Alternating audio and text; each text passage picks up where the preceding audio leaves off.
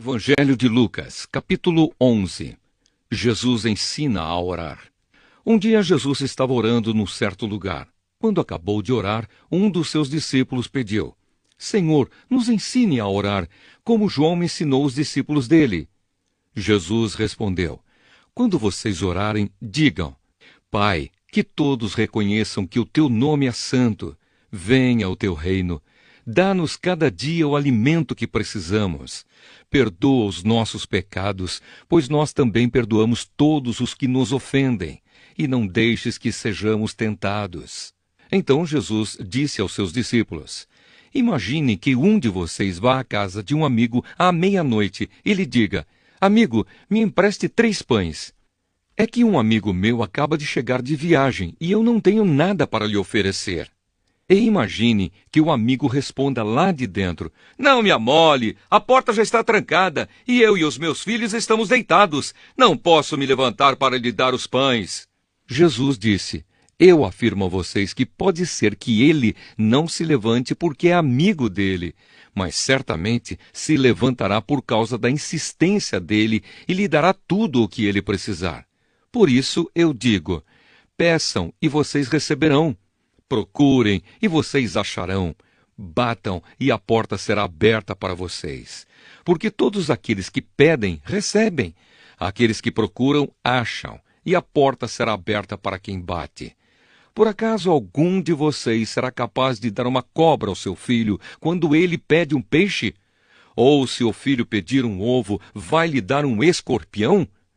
Vocês, mesmo sendo maus, sabem dar coisas boas aos seus filhos. Quanto mais o Pai, que está no céu, dará o Espírito Santo aos que lhe pedirem. O poder de Jesus para expulsar demônios. Jesus estava expulsando de certo homem um demônio que não o deixava falar. Quando o demônio saiu, o homem começou a falar.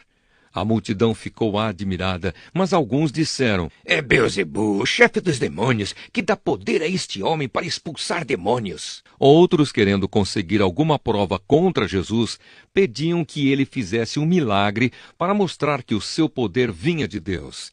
Mas Jesus, conhecendo os pensamentos deles, disse: O país que se divide em grupos que lutam entre si certamente será destruído. A família que se divide em grupos que lutam entre si também será destruída. Se o reino de Satanás tem grupos que lutam entre si, como continuará a existir? Vocês dizem que é Beelzebu que me dá poder para expulsar demônios, mas se é assim, quem dá aos seguidores de vocês o poder para expulsar demônios? Assim, os seus próprios seguidores provam que vocês estão completamente enganados. Na verdade, é pelo poder de Deus que eu expulso demônios, e isso prova que o reino de Deus já chegou até vocês. Quando um homem forte e bem armado guarda sua própria casa, tudo o que ele tem está seguro.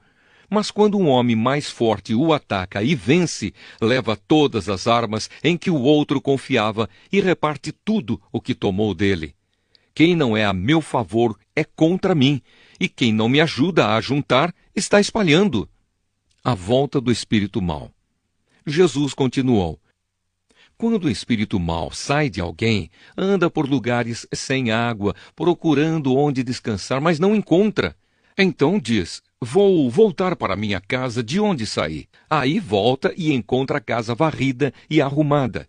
Depois sai e vai buscar outros 7 espíritos piores ainda, e todos ficam morando ali. Assim a situação daquela pessoa fica pior do que antes. A verdadeira felicidade. Quando Jesus acabou de dizer isso, uma mulher que estava no meio da multidão gritou para ele: Como é feliz a mulher que pôs o Senhor no mundo e o amamentou!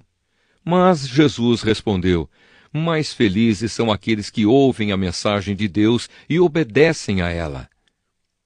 O pedido de um milagre. Quando a multidão se ajuntou em volta de Jesus, ele começou a falar e disse o seguinte: Como as pessoas de hoje são más!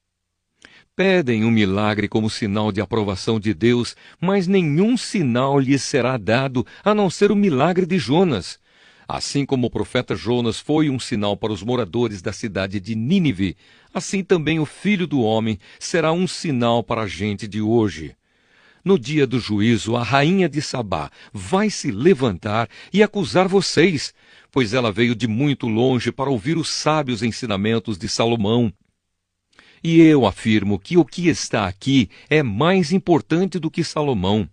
No dia do juízo, o povo de Nínive vai se levantar e acusar vocês, porque quando ouviram a mensagem de Jonas, eles se arrependeram dos seus pecados. E eu afirmo que o que está aqui é mais importante do que Jonas. A luz do corpo. Jesus continuou: ninguém acende uma lamparina para pôr num lugar escondido ou debaixo de um cesto. Ao contrário, ela é colocada no lugar próprio, para que os que entrarem na casa possam enxergar tudo bem. Os olhos são como uma luz para o corpo. Quando os olhos de você são bons, todo o seu corpo fica cheio de luz. Porém, se os seus olhos forem maus, o seu corpo ficará cheio de escuridão. Portanto, tenha cuidado para que a luz que está em você não seja escuridão. Pois se o seu corpo estiver completamente luminoso e nenhuma parte estiver escura, então ele ficará todo cheio de luz, como acontece quando você é iluminado pelo brilho de uma lamparina. Jesus, os fariseus e os mestres da lei. Quando Jesus acabou de falar, um fariseu o convidou para jantar na casa dele. Jesus foi e sentou-se à mesa. O fariseu ficou admirado quando viu que Jesus não tinha se lavado antes de comer. Então o Senhor disse a ele: vocês, fariseus, lavam o copo e o prato por fora, mas por dentro vocês estão cheios de violência e de maldade. Seus tolos! Quem fez o lado de fora não é o mesmo que fez o lado de dentro? Portanto, deem aos pobres o que está dentro dos seus copos e pratos, e assim tudo ficará limpo para vocês. Ai de vocês, fariseus, pois dão para Deus a 10ª parte, até mesmo da hortelã, da arruda e de todas as verduras, mas não são justos com os outros e não amam a Deus. E são exatamente essas coisas que vocês devem fazer, sem deixar de lado as outras. Ai de vocês, fariseus, pois gostam demais dos lugares de honra nas sinagogas e gostam de ser cumprimentados com respeito nas praças. Ai de vocês, pois são como sepulturas que não se veem, sepulturas que as pessoas pisam sem perceber. Então o mestre da lei disse a Jesus: mestre, falando assim, o Senhor está nos ofendendo também.